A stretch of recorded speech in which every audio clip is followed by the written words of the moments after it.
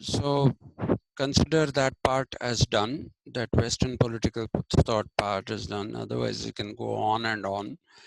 We'll go to Indian political thought, and when we go to Indian political thought, let's first start with the ancient Indian political thought. Now, you must understand one thing, that in ancient India, there was no political thought. Neither was there a religious thought. I must draw your attention to a few things regarding India. I don't want to waste too much time talking about these things, because I'm treating this as primarily a Western political thought paper as of now. There are more Western political thought topics than there are Indian political thought topics. And therefore, let's treat this as a Western political thought thing. This is something that I have been teaching my second years for quite some time, because that is a paper on ancient and medieval Indian political thought. So that itself can take a long time. With you people, I'm not going to spend so much time on it.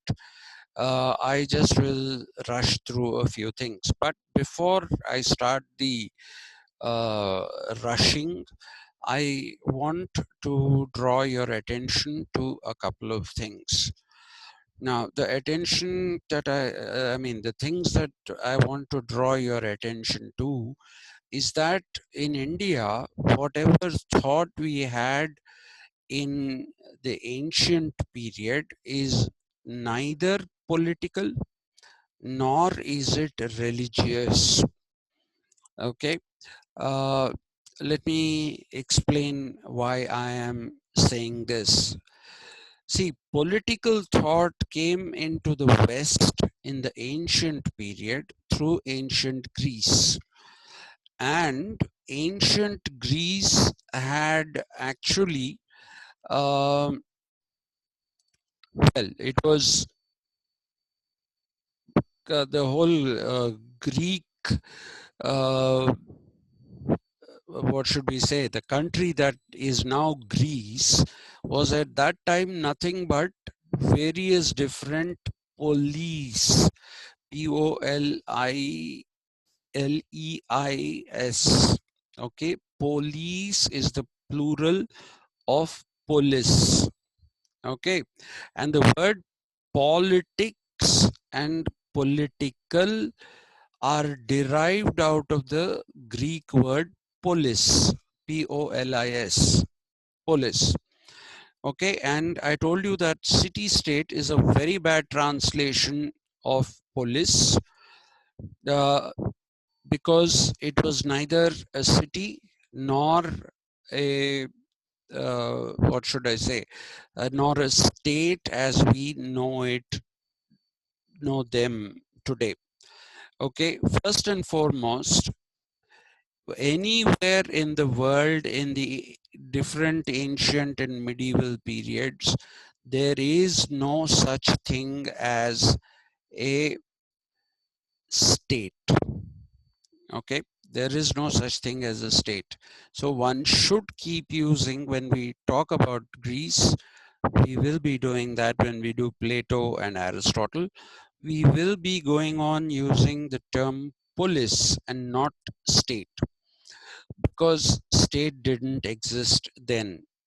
The ancient Greek polis later on gave way to the Roman Empire, which was a monarchy, okay, and not a state. Again, it was one of the biggest monarchies ever. Okay, its size is breathtaking even by modern standards. It was huge, and it was then replaced by Christianity, the medieval period, which we have to do when we do Saint Thomas Aquinas and Saint Augustine also, perhaps. Okay, so though the Christian idea was that the world was a monarchy of God. Okay, and his representation on earth was the church. That's what the Christians believed. So there was no politics at all.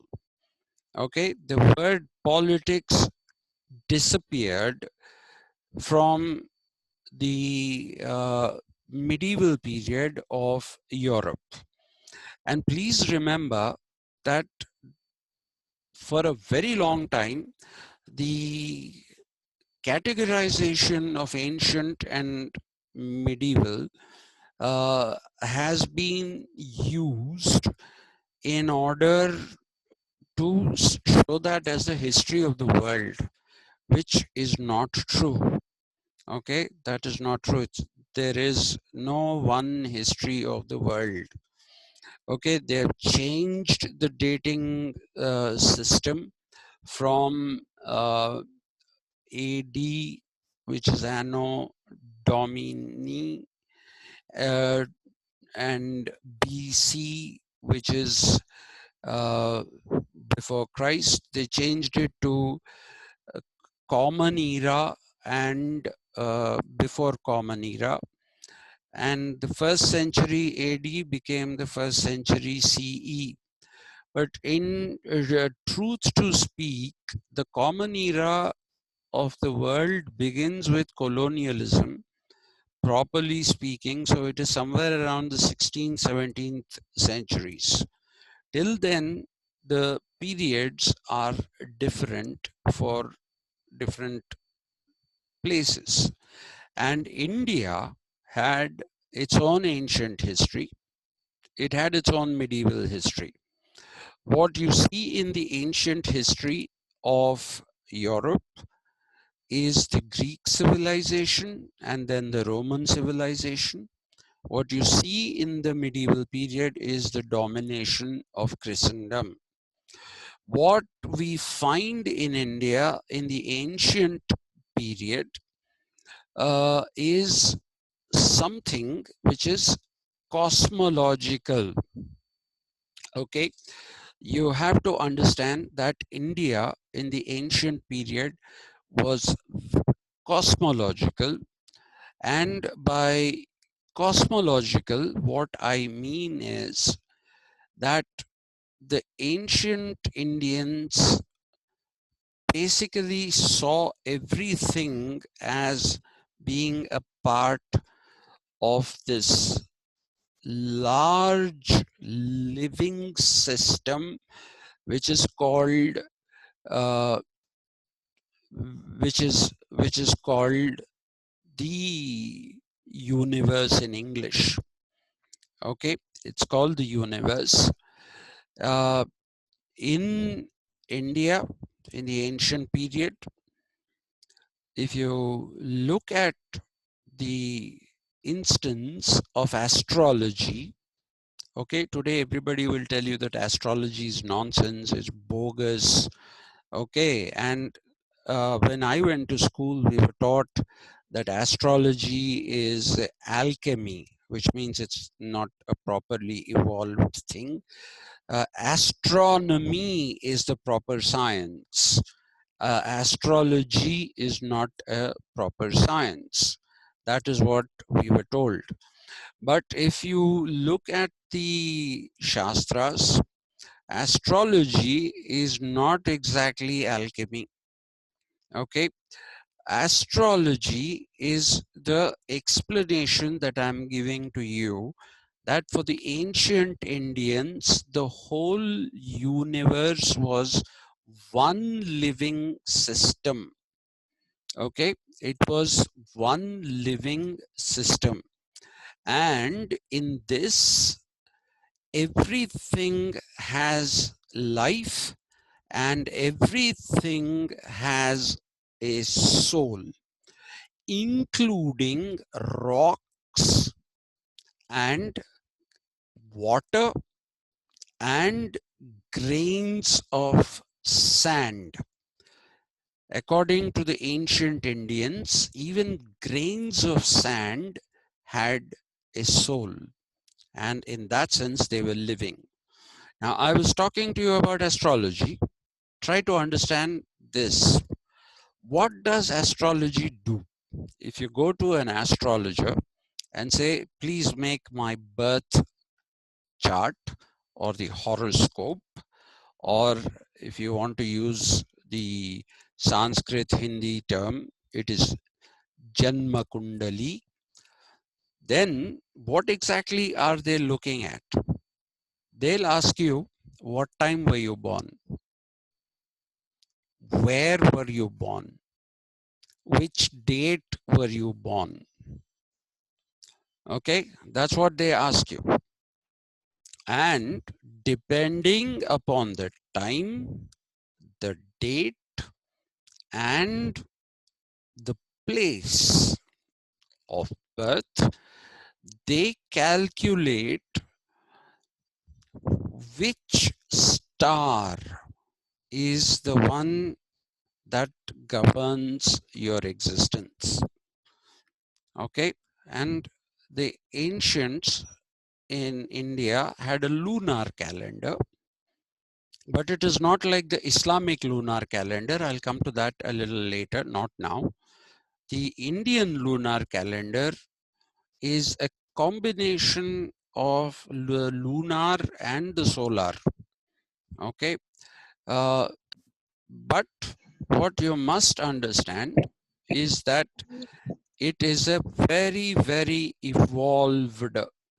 Yeah, Prashant. Sir, if it is a combination of lunar and solar, then it is lunisolar. Well, you don't have to call it lunisolar. You can call it lunar hyphen solar. Okay, loony has a negative meaning. A loony is one who is a lunatic or one who is mad. Okay, but that also comes from the moon, by the way. The tides of the moon were supposed to cause madness. So don't call it lunisolar, call it primarily lunar, but it is also solar because it is adjusted to those 365 days. Unlike the now that you ask this question, this thing becomes necessary for me to tell you. Uh, the Muslims follow a lunar calendar. Okay, and when they follow a lunar calendar, it is 28 days. A lunar cycle is basically 28 days in a month. Okay, it is 28 days that constitute a month. So the Muslims follow a pure lunar calendar, and therefore look at their festivals. Ramzan sometimes comes in December. The next year, it will come in November or October, depending upon when it came in December. And the year after that, it will come 1 month ahead in the solar calendar. Why? Why is that happening? Because the lunar calendar doesn't correspond at all to the solar calendar. Okay, and there was one instance in my 30 years of teaching where we had 2 Ramzans in the same year. Okay, one Ramzan was in December and the next Ramzan was in January.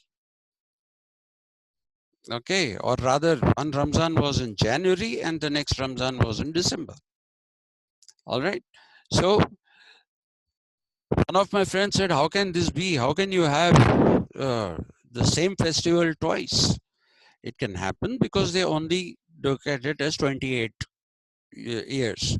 So my friend, a colleague, used to make make fun of another colleague. He used to tell him, if you and I are born on the same day, when I turn 50, will you turn 60?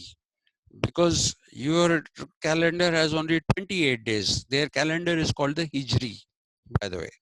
Hijri. Hijri is the calendar followed by the Muslims. So he used to joke and say, then you should be retiring earlier than me. Okay, because you are aging faster than I am.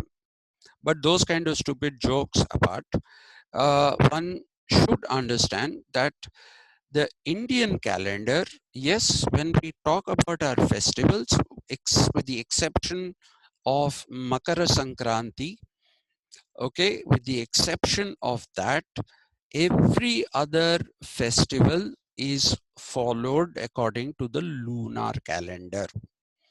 Makara Sankranti is the only festival that is followed according to the solar aspect of the calendar, and that is the reason why every year it is 13, 14, and 15, which are the dates of the festival in January.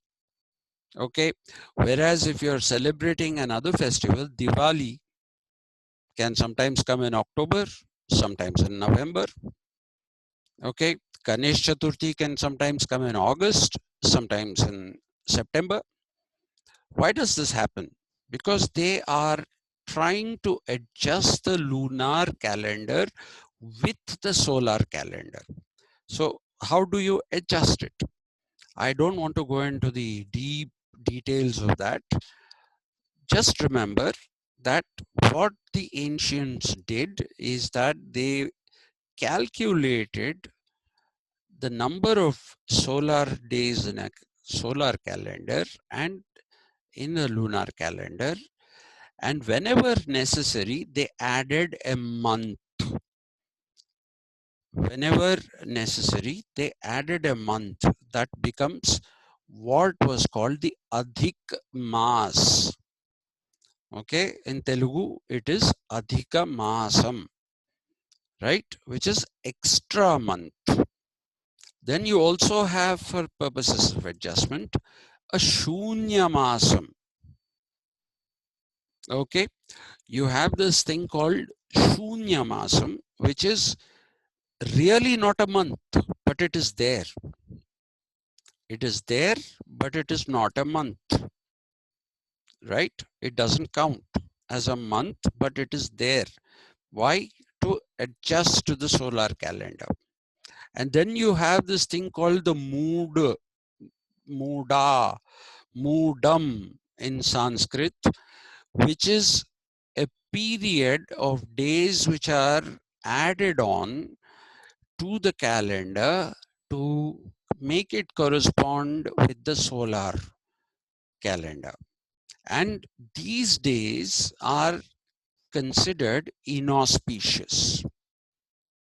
The Mudam period is considered to be inauspicious. So nobody does certain things like marriages, you know, Griha Pravesh, those things are not done. Okay, so it's a combination of the two. But please don't call it loony solar. Okay, uh, just call it lunar solar calendar. It has both dimensions to it. It's not a loony calendar at all. And the fact that our mathematics was something amazing is to be understood from the point of view of uh, how our ancients were in a position to calculate eclipses and other celestial, by that I mean in the sky, celestial events, including the coming and going of comets. They were able to do it accurately to the second, to the second, by using pure Vedic maths. For a long time, I thought Vedic maths is just another name for maths. Maths is maths. But later on, I realized that Vedic maths is completely different from the kind of maths that we do. Okay.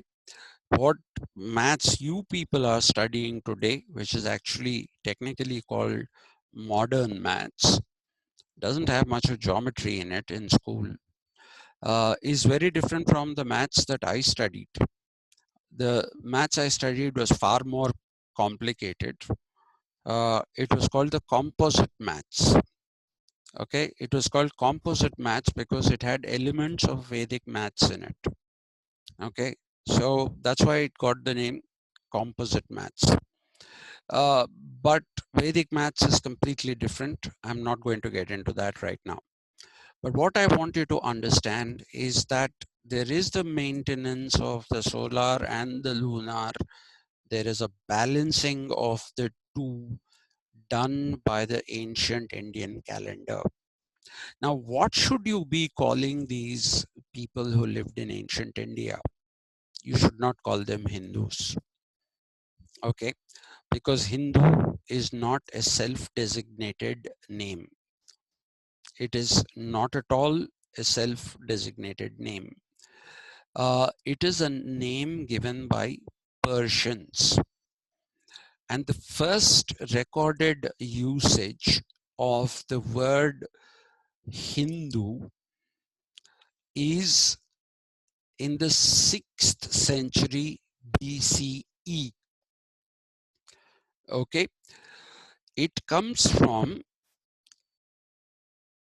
the direct translation of the Sanskrit word Sapta Sindhu. India was actually called Sapta Sindhu. Okay, the Sindhu is nothing but the Indus River. Sapta Sindhu is because there were supposed to be 7 rivers connected to, 6 rivers connected to this river, which is called Sindhu. So it was Sapta Sindhu.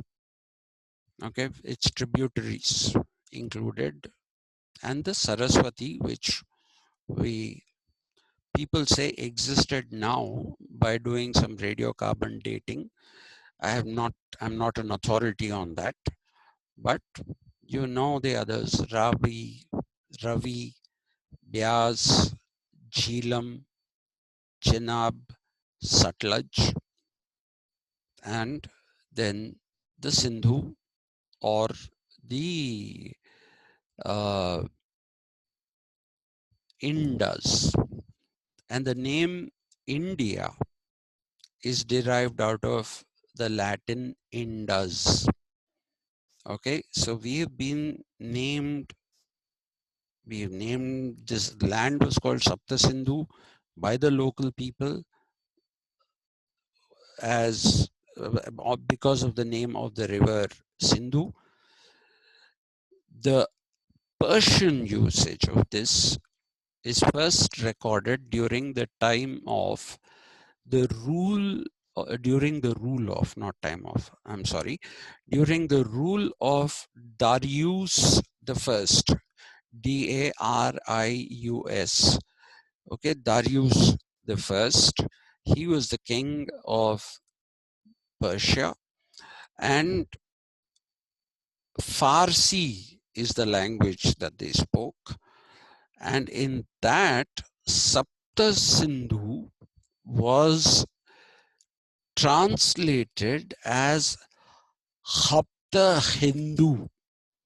Okay, it's written with an H, right? It's written with an H, but it is not pronounced simply as Ha. It is pronounced as Ha. Ha. You know, the throat has to take this thing there. So it was Hapta Hindu.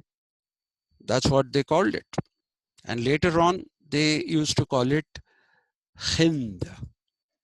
Okay, and there is a mountain range which is there near the Indus. And since the Indus was called the river Hind, they started calling that particular river, that particular mountains which were near the river, somewhere near it, they started calling it the Hindu Kush, mountains. So Hindu is the name given to people who lived on this side of the Indus. Okay, uh, that is what you need to understand. And when we are talking about this, the southern part of the country doesn't come into the picture at all. The southern part of the country was actually discovered much later. And I suppose you know what was the original name of the Indian subcontinent. The Indian subcontinent was originally called the Jambu Dvipa, or in Sanskrit, the Jambu Dvipam. Okay, it was an island, and this island went and dashed against the mainland, which was Asia. And it is this impact of the dashing of this island called Jambu Dvipam that came and hit the Asian continent that gave rise to the Himalaya mountains. The Himalaya mountains are called fold Sir, mountains. Yeah. it is impossible for ancient Indians to know that, no, sir, that two continents collided Hmm? because it happened millions of years ago. Our No, Indian that is subcontinent colliding with ancient Asia. no, they had. There is enough evidence in Rig Veda to show that they knew about the Jambu Dvipa. Dvipam is an island, so they did know. How they knew, we don't know. See, we tend to underestimate the ancients. Please remember that the Indus Valley civilization was a civilization that was urban with underground drainage system. Please remember that. So they had knowledge. So that's what I'm trying to tell you. The Vedic maths and all that, that is a completely different system of knowledge, which we have lost contact with. People knew. And because of the fact, if you go to Ladakh, even today, you'll find seashells, by the way. Okay, the desert of Ladakh and Leh, that area, which is a desert. It's a desert not as the Thar desert, but it is nevertheless a desert. Okay, and in that particular desert, people basically still find shells, things that come from the sea. Okay, some corals are also found apparently in the Ladakh Leh region, So they knew about this. They might not have known it the way we do today, but they knew about it. They definitely knew about it. Okay, how they knew, I don't know. I have to research on that. I'm sure there are some sources. See, my specialization is Western political theory. It's only off late, for various reasons, that I've started studying ancient India, because there are so many misconceptions about ancient India. And I thought, in order to understand that, I should start understanding ancient India. So I started learning a bit of Sanskrit. It's not an easy language to learn, but it's an amazing language. It's very pithy. What you say in some 20 words in English, you can say in 5 words in Sanskrit. No wonder even computer programmers therefore believe that Sanskrit is the basis of the new languages that came.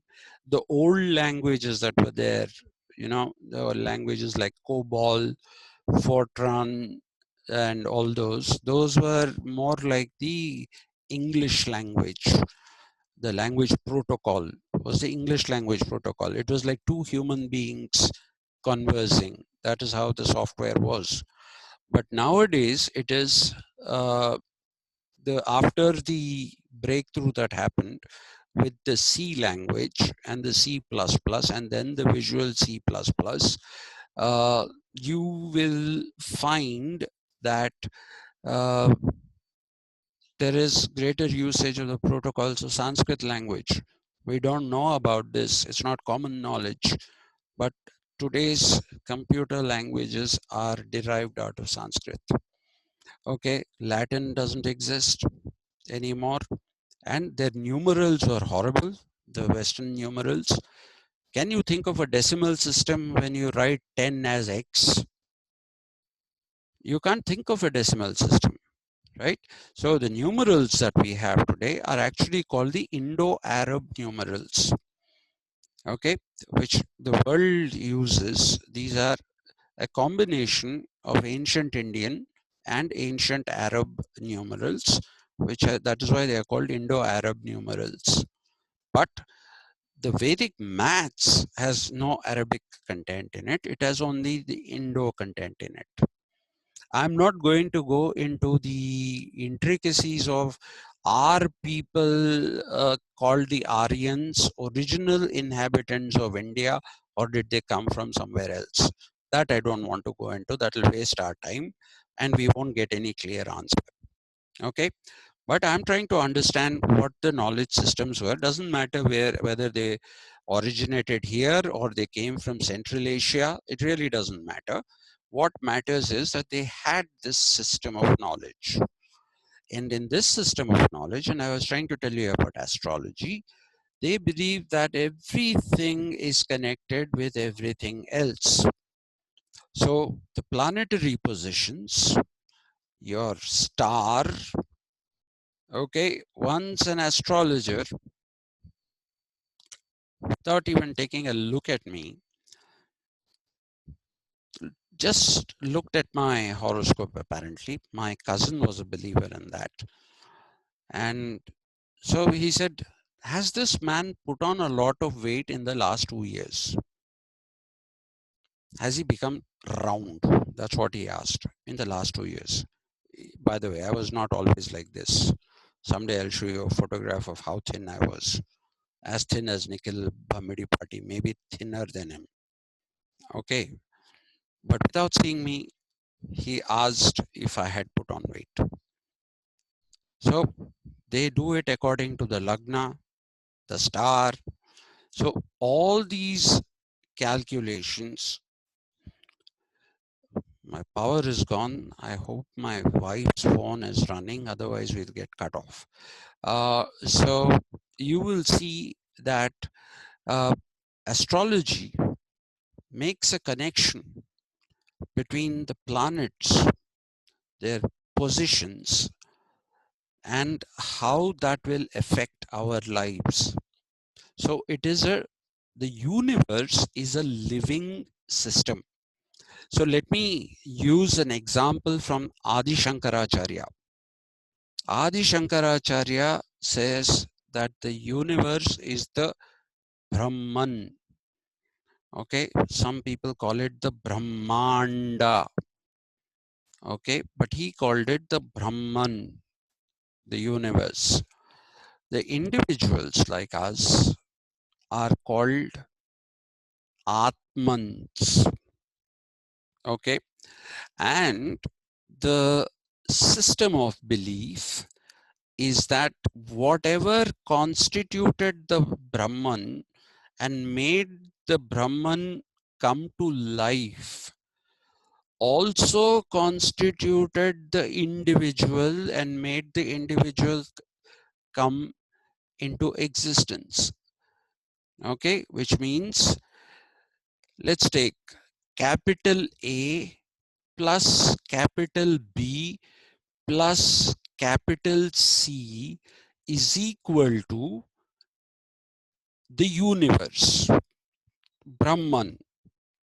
Okay, capital A plus capital B plus capital C is the universe or the Brahman.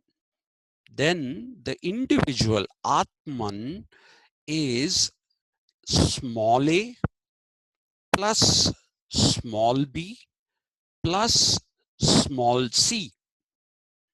Okay, this is the Atman, which means the Atman is nothing but the Brahman who has become diminished in size.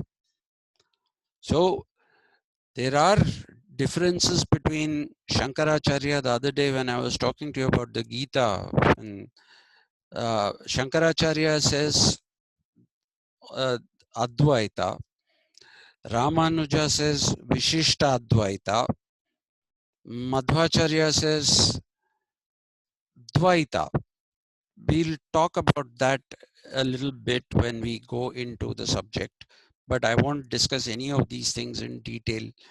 If any of you is interested in it, I'll have a special meeting with you people and discuss those things. So if you really are interested, you can. I have been doing some work on this. So nowadays I'm a little bit more knowledgeable than I was in the past about ancient India. Okay, and it's a very fascinating time, that whole ancient Indian thing. So what I'm trying to tell you therefore is the concept of dhyana. Okay, people today say do meditation, do meditation. Dhyana is not meditation. Dhyana is introspection, looking into yourself inwardly. If you look into yourself inwardly, and if you are able to understand yourself, then you understand the universe. Okay, because you are a diminished universe. All you need to do is, it's like a car. You are a model size of a car, 1:15 ratio, let us say. Then you have the actual car. So if you understand the small car, you will understand the big car. That is the thing.